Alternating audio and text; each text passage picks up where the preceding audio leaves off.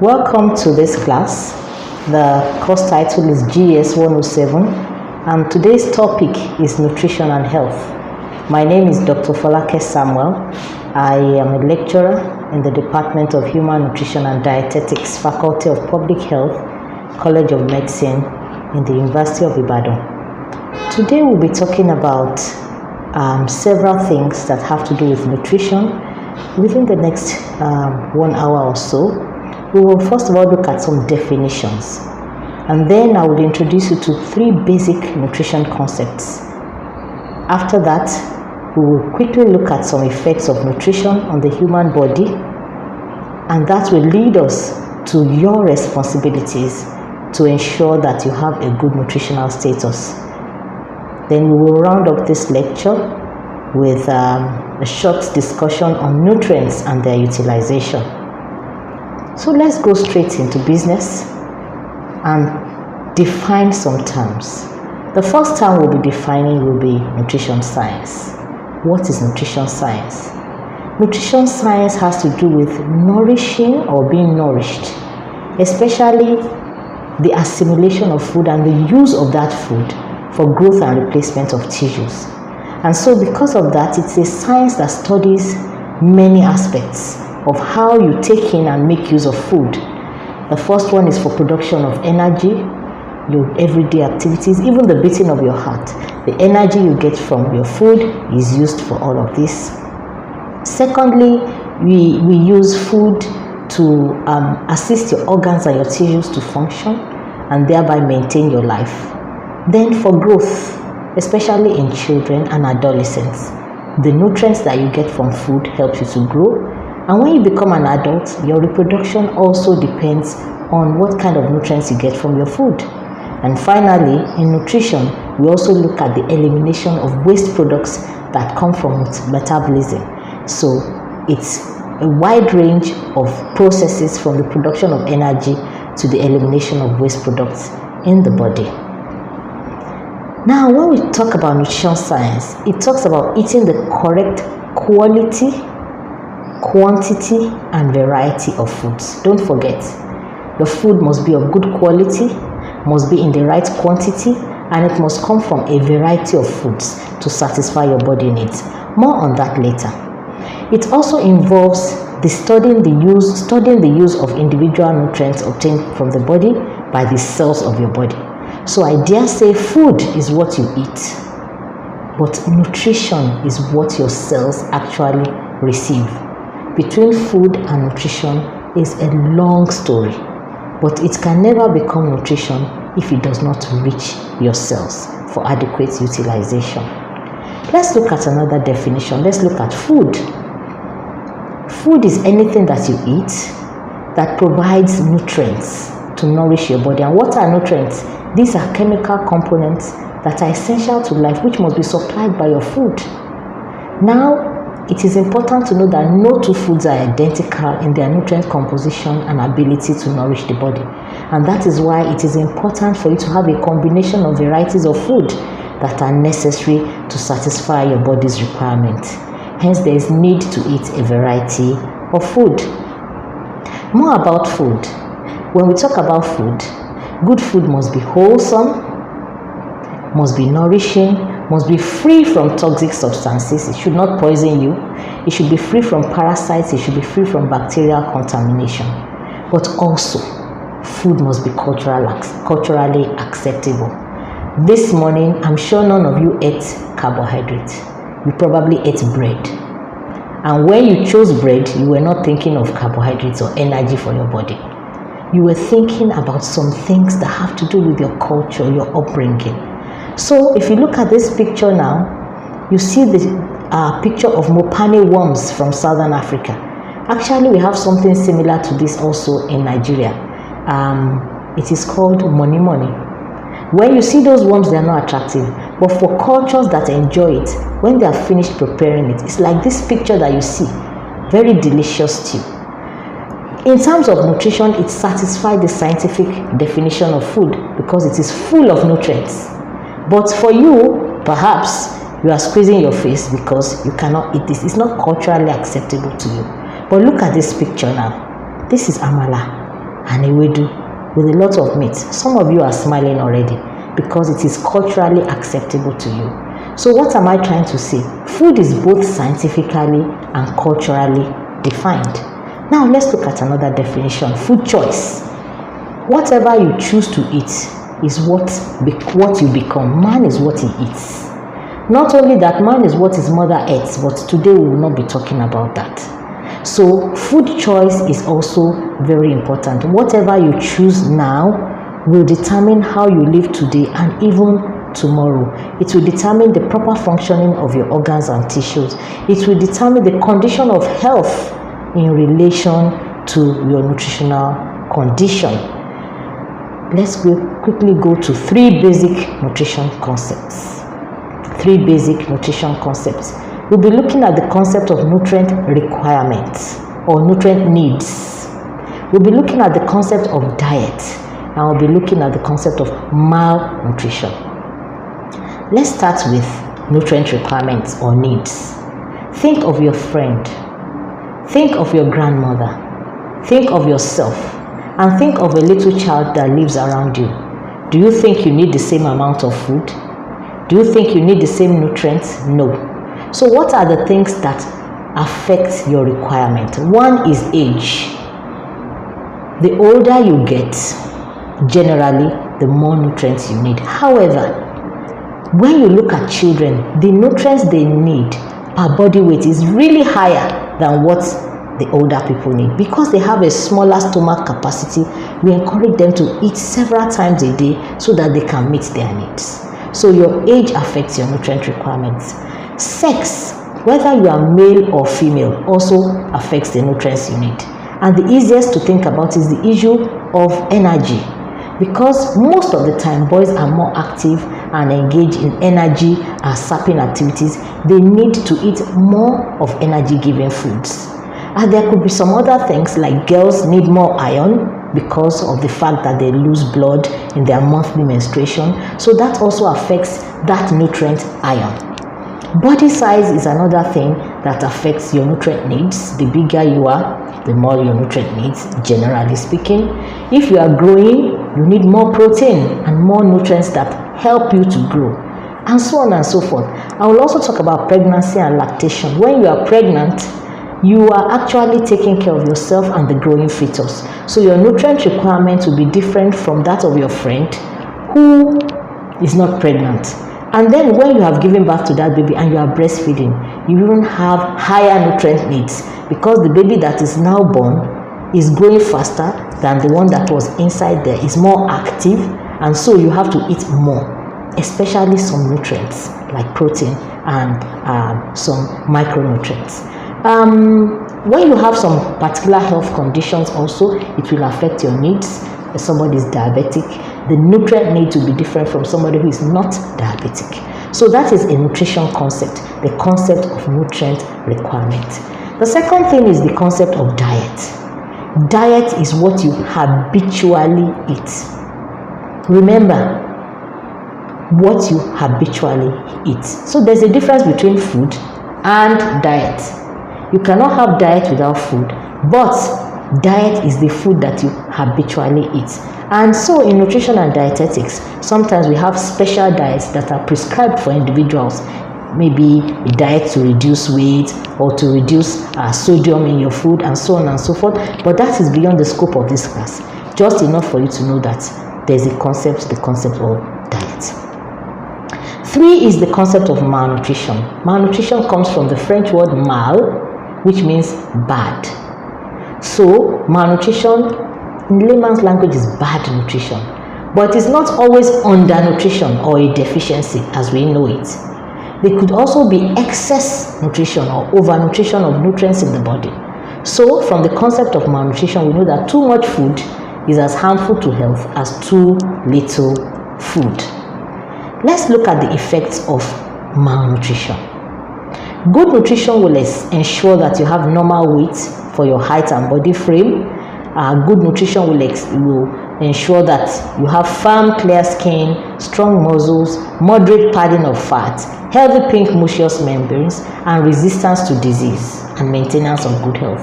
When you have good nutrition, you are feeding your immune system, and it is better equipped to fight diseases. The whole environment is polluted, so there is no way you will not come in contact with pathogens and things that will make people ill. But when you have a good system of immunity built by good nutrition, you are able to ward off disease and maintain good health. Also, the effect of good nutrition, which is important to you as a student, is that it helps you to concentrate. It helps your brain to work well, and so you have optimal productivity in the class and when you study. On the other hand, when you have poor nutrition, if you are still growing, I know there are still some 16-year-olds in the University of Ibadan, and you're still growing, you've not attained your full growth, your full height. If you have poor nutrition, it will cause failure to grow. You will have thin, flabby muscles, you have dry, scaly, pale skin, pale, mucous membranes. It could even affect the arrangement and texture of teeth, especially a child that is lacking in good nutrition. Poor nutrition can also cause overweight or excessive fat in the body if that poor nutrition is on the excess side. It will also give you short attention span and low productivity. And in adults, sometimes poor nutrition can also prevent reproduction. So these are the effects of poor nutrition on the body. Let us zero in on infants and young children. In infants and young children, when there is poor nutrition, particularly undernutrition, it impacts negatively on their growth, physical growth, on their cognitive development, and they get ill more often, and it could also lead to death. Subsequently, it constrains the children's ability to fulfill their potential, and in nutrition, we say it contributes to the intergenerational transmission of poverty via the mechanism of poor school and economic performance. What do we mean by this? A child is poorly nourished. The brain is poorly developed. The child cannot concentrate in school. The child drops out or does poorly in school. The child grows up not to be able to get a job that will place him in a good economic stance. And so this child grows up poor and then gets married, has children. Because he is poor, gives birth to those children into poverty, and the intergenerational transmission of poverty continues just because of malnutrition. Yes, we also know that another consequence of malnutrition in adults is that adults who have undernutrition have reduced energy, reduced intelligence, and sometimes they are burdened with non-communicable disease so that they are not able to fully contribute to development in a country. In effect, economic growth is retarded in countries where malnutrition is widespread. Let's pause a bit to think about figures in Nigeria. There are different ways to talk about malnutrition, but one of the easiest ways is to look at stunting, wasting, and underweight. These are indicators of malnutrition in children under the age of 5. I'm sad to tell you that in Nigeria, stunting is over 40%, which means that 4 out of every 10 children is stunted and probably constrained in their ability to fulfill their potential. Remember, I said economic growth is retarded in countries where malnutrition is widespread. That's food for thought for you. Let's quickly go to your responsibilities in nutrition. Having had all these definitions and having seen the importance of nutrition in individuals and in the society, in the nation, what is your own responsibility as a person? Number 1, you should have adequate knowledge and understanding that without maintenance of adequate nutrition, your health cannot be maintained. As students of the University of Ibadan, when you are thinking about studying and making good grades, you have to be deliberate about taking care of your nutrition. Secondly, you have to appreciate the fact that good nutrition has intrinsic relationship with work efficiency and achievement of one's potentials, happiness, and long life. I say long life because whatever you eat now will culminate in what you become when you become an adult. So you must have the right attitude towards food and nutrition even right now. When I say when you become an adult, I am referring to when you become an older adult, because some of you are already adults. Another responsibility in nutrition is that you have to select and combine variety of foods to make a good diet and to maintain good feeding habits. Let me pause a bit on that point. We have different food groups in nutrition. We have the cereals, the legumes, we have the animal source foods, and so on and so forth. Let's look at the cereals. In that family or in that food group, we have rice, we have maize, we have oats, we have guinea corn, sorghum, and so on and so on. We have wheat and all the food that comes from it. But we notice that people stick to just one member of the family. Most of the time, it is rice. After rice, the next is wheat. From wheat comes your bread, your biscuits, your noodles, your pasta, macaroni, and spaghetti. Why don't you move towards other things like whole grain maize? When last did you eat beans and maize? When last did you enjoy corn on the cob? When last did you have ogi or pap, agidi? So we are talking about within the same food group, make sure you move around, because each member of the food group is rich in some aspects and poor in some aspects. But when you move around, you play down on the poverty of some foods and enjoy the benefits of the others. That is how to maintain a variety of foods. That is within a food group. Then among food groups, you take from cereals, you take from legumes like beans, like soya beans, like melon seeds, egusi. You take vegetables, the leafy ones and the non-leafy ones. You take fruits, you take dairy, milk and products of milk. Then you take meat, you take fish. Some people stick to only one type of fish in their lives. You have to select and combine variety of foods to make a good diet. And then another responsibility, or the last responsibility I will share with you on taking care of yourself in nutrition, is to consult a nutritionist or a dietitian for reliable sources of information on nutrition. You can do that online. There are so many sources of information. Although I must give you a warning, nutrition is one of the most abused disciplines in the world. Everybody thinks they can talk about food because everybody eats. No. Look for credible sources of information on nutrition and make sure you take care of yourself. The last part of this lecture is a little bit voluminous. It talks about nutrients, the different nutrients, and I don't want it to be boring to you. So we're going to be looking at some nutrients. I will leave some for you to read up. Happily, nutrients, I don't think there's anybody in the university who hasn't even learnt nutrients in one way or the other, either through biology or home economics or agricultural science. And even if you are an art student, you must have done it in family living or integrated science, or what do you call it these days, basic science. You must have studied nutrients. So let us look at the nutrients, and let's look at the different nutrients in the body in the next few minutes. So nutrients are substances that are essential to life, which must be supplied by food. I mentioned that when we talked about the definition of food. I said a substance cannot be called a food if it does not contain nutrients, because nutrients are those substances inside the food that perform the function of food. They are essential to life. And I want you to look at your body, look at your nails, look at your hair, look at your skin, look at yourself. Every part of your body was once a nutrient consumed in food.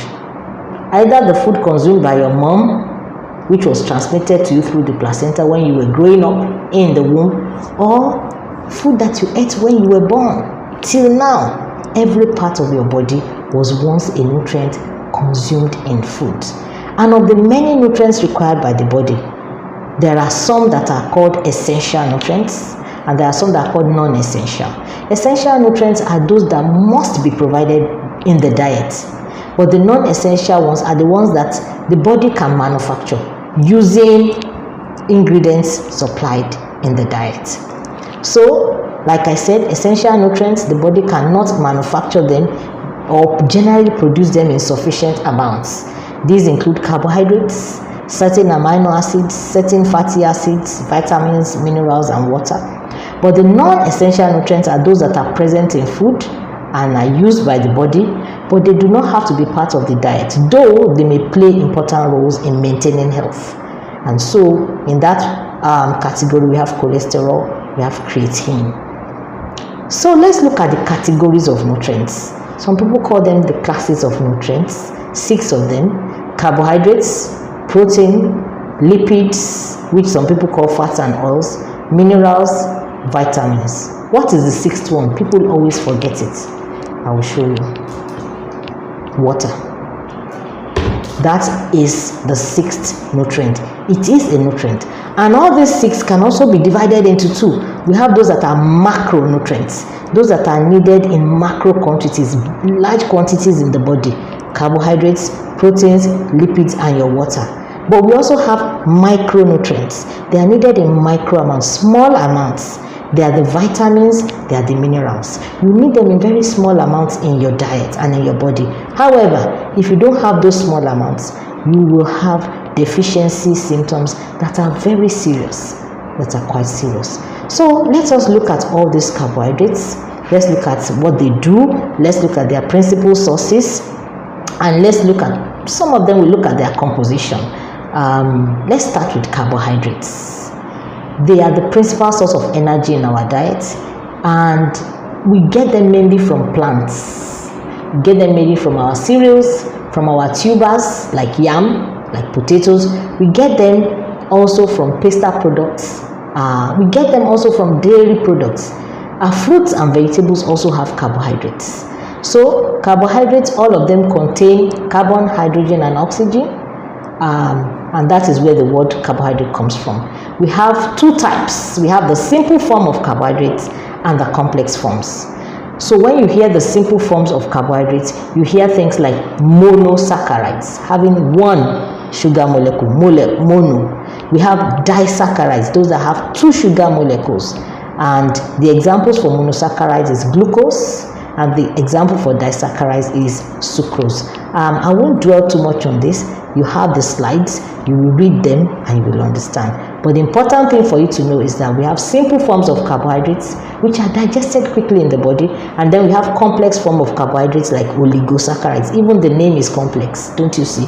Oligosaccharides, polysaccharides. These come from starches, and they have to be broken down before they are absorbed in the body. Let's quickly go to food sources of carbohydrates. Like I said, we get them from yams, we get them from our maize, from our potatoes, we get them also from legumes. Beans contain some. Then we get them from fruits and milk. Now, there's a particular type of carbohydrate that I would like to dwell on briefly because of its importance in our body. It is called fiber, dietary fiber, and it is found only in plants. There is no animal source of fiber. So we can get it from vegetables, from fruits, from cereals, and from beans. We human beings do not have fiber digesting enzymes. But when we have dietary fiber in our food, it absorbs and holds water and aids in the formation of softer and more bulkier stool, and this helps us to eliminate waste products from the colon. Dietary fiber also helps in regulation of blood glucose and so many other functions. So dietary fiber is very important in your diet. How do you get dietary fiber? You can eat rice that is not polished. An example would be our ofada rice. But even if you eat the white rice that is polished, eat it with vegetable, because vegetable has fiber. Eat a piece of fruit. Fruit has fiber. Okay, let's quickly go to fat and oil, lipids. Fats consist of compounds that are insoluble in water. Or have you ever seen fat that mixed with water and that dissolved? No, it's insoluble in water, but it is soluble in organic solvents such as alcohol, ether, chloroform, and benzene. We can classify them into 3 broad groups. Remember, we classified carbohydrates into 2 groups, simple and complex. For fats, 3. The simple lipids, which include the triglycerides and the waxes. The compound lipids, which include phospholipids and glycolipids. Then we also have derived lipids, which are lipids derived from the hydrolysis of simple or compound lipids, which includes cholesterol. Let's quickly look at clinical problems associated with excess fat intake. Fat is important in the body, do not get me wrong, but when it is in excess, it may rapidly lead to overweight and obesity because it's a concentrated source of calories, of energy. The body will not waste any energy. It will store it for you as subcutaneous fat all over your body. And then this leads to overweight and obesity. And this is associated with many other ill health conditions. So a diet that is rich in fats also tends to increase serum cholesterol. A diet that is rich in saturated fat, it also tends to increase serum cholesterol, which is associated with increased incidence of coronary heart and blood vessel diseases. And it's also reported to be associated with the incidence of some particular cancers, particularly the cancer of the colon and of the breast. So while fat is important, you have to watch your dietary intake of fat, especially saturated fats. Saturated fats are those that become solid under room temperature. Okay, let's quickly go to protein. Protein, like carbohydrates and fats, is a macronutrient, is needed in the body in large quantities. It contains carbon, hydrogen, and oxygen, but in addition, it contains about 16% of nitrogen. Sometimes we find sulfur, phosphorus, and iron in small amounts in proteins. There are 20 molecules called amino acids, and these amino acids are the building blocks of proteins in the body. The proteins in different foods are different from each other because they contain these different amino acids that we are talking about. For example, the protein in egg is different from the protein in milk, and so on and so forth. But all these amino acids are very important in the body, especially for growth and development. So if an individual is deficient in protein, the individual, we refer to that individual as being in negative nitrogen balance. And when a person is in negative nitrogen balance, the individual is less able to resist infections, less able to withstand the stress of injury and surgery, and the general health of such a person will deteriorate. Protein energy malnutrition is a very serious issue in children. I think that we have pictures here. Can you see the pictures of a child that has marasmus and a child that has kwashiorkor? The one that has marasmus there is so wasted, and the weight is really far below the height of that child and the age for the age of that child. Look at the child that has kwashiorkor. You see edema, you see the legs, the face puffed up. You see the child looking very miserable, apathetic to its surroundings. Protein energy malnutrition is a serious issue in children. Let's quickly look at minerals. You know, I said we have micronutrients and macronutrients. But before we even leave the macronutrients, let's talk about water, because many times we forget about water. Water is very important. It keeps you hydrated. It keeps all the processes in the body going. You know, the body cannot store water, and so you have to have fresh supplies every day to stay alive, and for the water to serve as a solvent in which all the metabolic processes in your body happen. So the importance of water, it serves as the body's transportation system. It is a good lubricant. It is precious and it is present in the mucous and salivary juices of our digestive systems, and it regulates body temperature. These are all the important things that you have to take note of in water. And your water requirements will increase when it is hot, because you will lose more water to sweating and evaporation. So you have to increase your water intake. Let's go quickly to minerals. We will look at some minerals and some vitamins. We have a long list, so I will just pick few, maybe 2 minerals and 2 vitamins, and leave you to read up more on these things. Minerals represent about 4% of your body weight, and they are needed by your body to build your tissues, to regulate body fluids, and to assist in various body functions. Minerals cannot produce energy by themselves, but they are needed for energy production within the body, even when carbohydrates and fats are present. They are found in water and in natural unprocessed foods alongside proteins, carbohydrates, fats, and vitamins. And we have several minerals. We have calcium, potassium, sodium, magnesium, phosphorus, iron, iodine, zinc, copper, manganese, and so on and so forth. We have so many. Let me just pick calcium. Why? Because calcium, the human body contains more calcium than any other minerals, and 99% of the calcium is contained in the skeleton and your teeth, while the rest 1% is found in the blood. The best sources of calcium are milk and milk products, and they provide large quantities of calcium even in small servings.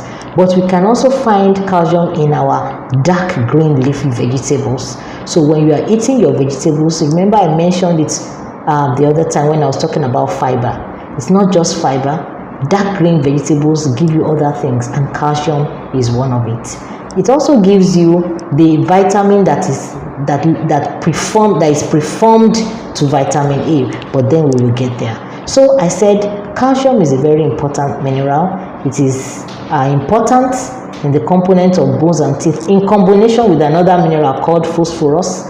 It is needed for normal nerve and muscle action, for blood clotting, for heart function, and for cell metabolism. What happens when you are deficient in calcium? For children, it can result in rickets, which is poorly formed bone structure in early childhood. It can also cause adult rickets, osteomalacia, and it can give you weak, fragile bones called osteoporosis. Let us look at vitamins. Vitamins are also micronutrients like minerals. They are a group of chemical substances which are vital to the body, needed in small amounts but extremely essential. The body cannot make most of them by itself, hence they must be supplied in the foods. They are required for the control of metabolic reactions in the cells, as well as for the regulation of maintenance and growth of the body. They do not provide energy, but they enable the body to use energy from fat, carbohydrates, and proteins, just like the minerals. They are found in very minute quantities in food, and the specific amounts and types in food vary. It's important to know that vitamins are easily destroyed by heat, by light, by air, and by water. So that is why sometimes we say keep foods that are rich in vitamins in a dark, cool place. So lack of one or more vitamins will result in specific vitamin deficiency diseases, and we'll be looking at a few of them in a moment. Vitamins can also be classified according to their solubility in water or fats and oils. Some are soluble in fats, and we have the famous group called ADEK, vitamins A, D, E, and K. And those vitamins that are soluble in water, the water soluble vitamins, we have the B complex, vitamin C. These are the water soluble vitamins. I'll pick vitamin A as one of the discussion points for vitamins, because vitamin A is very important. It functions in many ways, and let me just talk about the functions of vitamin A. It's one of the antioxidant vitamins which prevents your cells from damage through free radicals. There are some harmful substances which we call free radicals that are sometimes in our cells. It's the antioxidant vitamins like vitamin A that go and scavenge, remove those free radicals and keep you healthy. Vitamin A also is essential for maintaining healthy eyes and skin. In fact, when you look at flour or vegetable oil in Nigeria, whenever they write fortified with vitamin A, you see a diagram of an eye. It is just telling you that vitamin A is essential for maintaining healthy eyes and skin. It's also needed for normal growth and reproduction. It promotes a healthy immune system, which is very important. It works along with protein and other vitamins and minerals to make sure that the soldiers of your body that fight disease are really very strong. Vitamin A also helps in preventing infections by helping to maintain healthy mucous membranes, the barriers of your body. They keep them tight and prevent infections. But when you are deficient in vitamin A, you are susceptible to infections, or you have reduced resistance to disease. In children, it can also cause retardation in growth. And then for the eyes, deficiency of vitamin A will result in night blindness or even total blindness if the situation persists. In vitamin A deficient people, we see that they have a dry, rough skin, and generally this feeling of being unwell can also result. What are the sources of vitamin A? Well, because we have vitamin A in two forms. We have it as the preformed, which is retinol. That one is found most of the time in plants. It is when you consume it that the body converts it to the active form. So when you want to the food sources, the plant sources of vitamin A, there's a kind of formula. It's either green, very green, like your green vegetables, or it has an orange color or a yellow color, like carrots. In fact, carotene, that word comes from, is named after carrots. So carrots is a good source of vitamin A. Dark green vegetables, a good source of vitamin A. And then your orange and yellow fruits also are good sources of vitamin A, preformed vitamin A. Let us round off this lecture by let's look at folate.